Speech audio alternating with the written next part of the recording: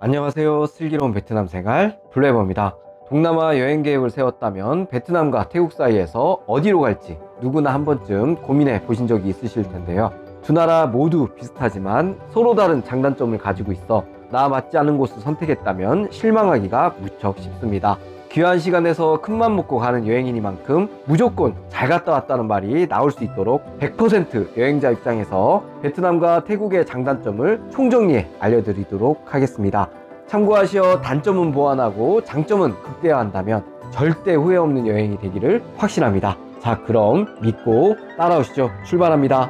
베트남은 비행시간이 짧고 비행 편수가 많아 일정에 맞추어 출발 시간 선택의 폭이 넓습니다. 수도 하노이와 방콕 기준으로 비행시간이 인천에서부터 하노이가 4시간 30분, 방콕은 5시간 30분으로 무려 1시간 차이가 나는데요. 평소 비행기 탑승에 어려움을 느낀다면 5시간이 넘어가는 경우 도착하자마자 진이 다 빠져 그날은 아무것도 못하고 일정의 하루 전부를 그냥 날려버릴 수 있으므로 반드시 주의가 필요합니다. 태국보다 싼 물가 역시 큰 장점인데요. 태국도 항공권이 저렴하지만 싼 것은 항공권 뿐이며 그 외 베트남보다는 다 비싸다고 보면 되는데요.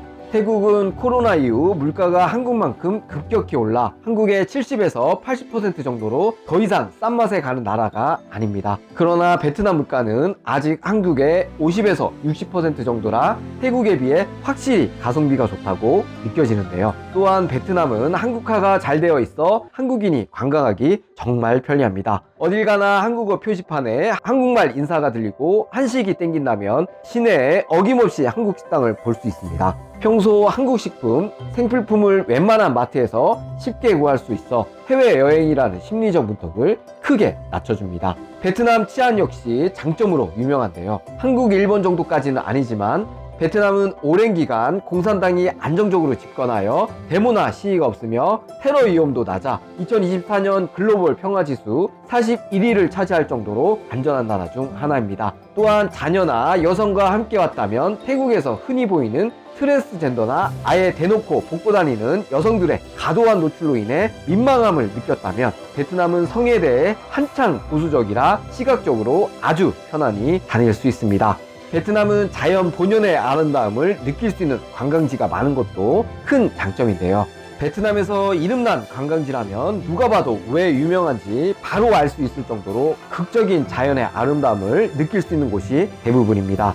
복잡한 도시 생활로부터 벗어나 다소 투박하지만 자연 본연의 아름다움을 느끼며 몸과 마음에 힐링을 주고 싶다면 망설임 없이 베트남입니다. 베트남은 교통혼잡의 끝을 보여주는데요. 하노이, 호치민 등 주요 도시에서 교통체증은 당연하고 매캐한 매연 속에서 수많은 차량과 오토바이, 행인 등이 뒤엉켜 마치 아비규환을 연상시킬 정도로 도로가 무척 혼잡한데요. 횡단보도에서 초록불에 아이처럼 손을 들고 길을 건넌다고 하더라도 안전을 100% 보장할 수 없을 정도이며 분명 지금 인도를 걷고 있음에도 불구하고 오토바이가 수시로 인도로 올라와 빠르게 스치며 지나가기에 위험함을 느낄 수밖에 없습니다. 영어로 의사소통이 어려운 점도 단점인데요. 세계에서 다 통하는 영어만 믿고 베트남에 왔다 가는 말이 안 통해 답답할 수도 있습니다. 국가적으로도 베트남어 사용을 장려하여 일반적으로 통용하는 에어컨, 오토바이 등도 베트남어로 말하지 않는다면 알아듣지 못할 정도인데요. 쇼핑몰이나 택시기사는 물론이고 일반 시민들도 영어로 의사소통이 어려워 불편함을 느낄 수 있습니다. 베트남에서는 바가지를 조심해야 하는데요. 대형 쇼핑몰이나 마트는 정가로 판매하여 문제가 없지만 카드를 받지 않고 현금만을 강요하는 로컬 식당이나 시장, 저가 호텔, 택시, 시클로 등에서 말 안 통하는 외국인이라고 어거지로 바가지를 씌울 수 있으니 반드시 주의가 필요합니다. 또 다른 단점으로는 사람들이 다소 무뚝뚝하여 불친절하다고 느낄 수 있습니다. 공산 정권하에 잘못했다고 말하는 것은 죄를 인정하는 동시에 모든 책임을 진다는 것으로 교육받고 생활해 왔기 때문에 명백한 잘못을 한 경우라도 좀처럼 현지인들로부터 미안하다는 말을 듣기가 어려운데요. 태국과 비교해 손님 응대도 딱딱하며 친절함도 많이 떨어지는데요. 특히나 일부 상인들은 손님을 단순히 ATM으로 보는 경향이 있어 이것저것 물어보고 안 산다고 하면 갑자기 정색하며 면전에다 욕을 하는 경우도 있으므로 사전에 어느 정도 마음의 준비가 필요합니다. 마지막 단점으로는 베트남은 엔터테인먼트가 약한데요. 베트남 당국은 일찍 자고 일찍 일어나 열심히 일하는데 방해가 되기 때문에 국민들이 밤에 막 싸돌아다니고 노는 것을 좋아하지 않습니다. 이에 정책에 순종적인 베트남 사람들로 인해 관광지 특유의 들뜬 분위기도 약한 편이며 대부분의 상점도 밤 10시면 거의 문을 닫는데요. 베트남 역시 이윤가 주변에는 손님 호객을 하는 것을 볼 수 있지만 그 수위가 태국에 비한다면 거의 애교 수준입니다. 베트남에서 야시장, 홍등가 등 도시의 화려한 나이트 라이프를 기대하고 오면 실망할 수 있습니다. 태국은 세계적으로도 관광산업이 잘 발달하여 여행객을 위한 인프라가 잘 갖추어져 있는데요. 한지 건너 보이는 환전소, 보행자 중심의 도로체계, 유명 관광지나 쇼핑몰마다 연결되어 있는 접근성 좋은 지하철 등 여행하기가 정말 편리한데요. 또한 한국인은 비자 없이 60일까지 체류가 가능하여 장기 여행을 원한다면 부담 없이 체류할 수 있습니다. 태국은 쇼핑의 메카라고 불리울 정도로 관광객이 돈을 쓸 수밖에 없도록 최적화되어 있는데요. 이국적인 로컬 시장, 야시장에서부터 럭셔리 쇼핑몰까지 없는 게 없을 정도로 쇼핑을 좋아한다면 태국은 천국과 같습니다.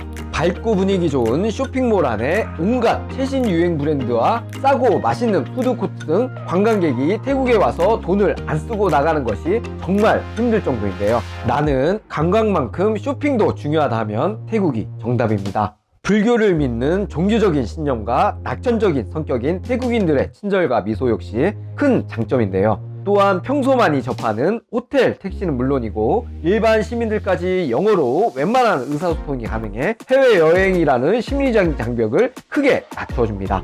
또한 태국은 여행지 말고도 즐길 거리가 많이 있는데요. 오전에는 관광지를 둘러보고 오후부터는 쇼핑, 밤에는 유흥까지 놀거리, 즐길 거리가 가득해 아침부터 잠자는 그 순간까지 하루를 꽉 채워 보낼 수 있습니다. 다문화 국제 도시답게 기호에 맞는 레스토랑, 클럽, 펍, 재즈바, 와인바 등 볼거리, 먹을거리, 놀거리가 지천에 널려 있어 들뜬 관광지의 분위기를 제대로 느낄 수 있습니다. 태국은 한국에 비해 물가가 싸긴 하지만 베트남, 인도네시아, 필리핀, 동남아 주변 나라보다는 압도적으로 물가가 비싼 편인데요. 특히나 코로나 전후를 기준으로 한국 못지않게 물가가 폭등하여 간만에 태국에 왔다면 확 오른 물가를 몸으로 바로 느낄 수 있을 정도입니다. 체감 물가가 한국의 70에서 80% 수준까지 올라와 가성비 좋은 동남아 여행을 기대하고 왔다면 태국은 실망할 확률이 매우 높습니다. 태국은 2022년 농업 수익성 개선과 관광 활성을 위해 아시아 최초로 대마를 합법화했지만 심각한 대마 중독성과 이에 따른 여러 부작용으로 최근 다시 불법화를 추진 중에 있는데요.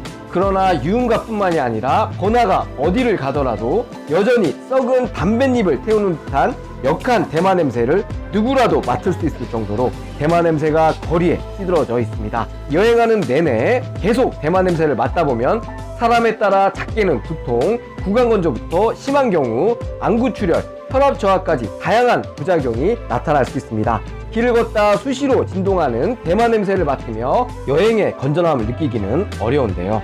거리를 걷다 보면 딸뻘 어린 태국애인과 손을 잡고 다니는 백인 남성, 내용물이 훤히 다 보일 정도로 노출이 심한 여성, 남자인지 여자인지 도무지 알 수 없는 수많은 트랜스젠더들이 돌아다니는 것을 볼 수 있는데요. 단순히 개방적인 나라라고 치부하기에는 자녀나 어른 동반 여행인 경우 난처해질 수 있습니다. 또한 숨쉬기도 어려운 기온은 여행을 더욱더 어렵게 하는데요. 더 낮은 위도에 위치한 태국은 베트남도 덥다고 난리인데 그보다도 더 덥다고 보면 되겠습니다. 겨울이 아닌 경우 현실적으로 실외 활동이 힘들어 일정 내내 낮에는 에어컨 바람 가득한 실내에 있어야 할 수도 있는데요. 갑작스러운 더위에 몸에 무리가 가기 쉬워 평소 체력이 약하거나 과도한 업무에 심신이 약해진 상태에 태국에 왔다면 짧은 일정과 급작스러운 더위로 여행 복귀 후 며칠 끙끙 앓을 수가 있어 반드시 주의가 필요합니다.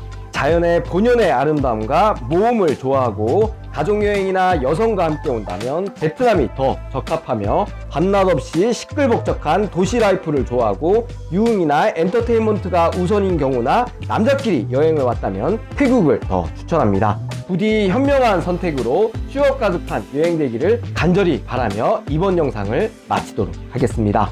영상을 제작하는 데 큰 힘이 되므로 도움이 되셨다면 구독, 좋아요, 알림 설정 꼭 부탁드리며 저는 베트남 생활에 좀 더 유익한 영상으로 다시 찾아뵙도록 하겠습니다. 오늘도 영상을 시청해 주셔서 진심으로 감사드립니다.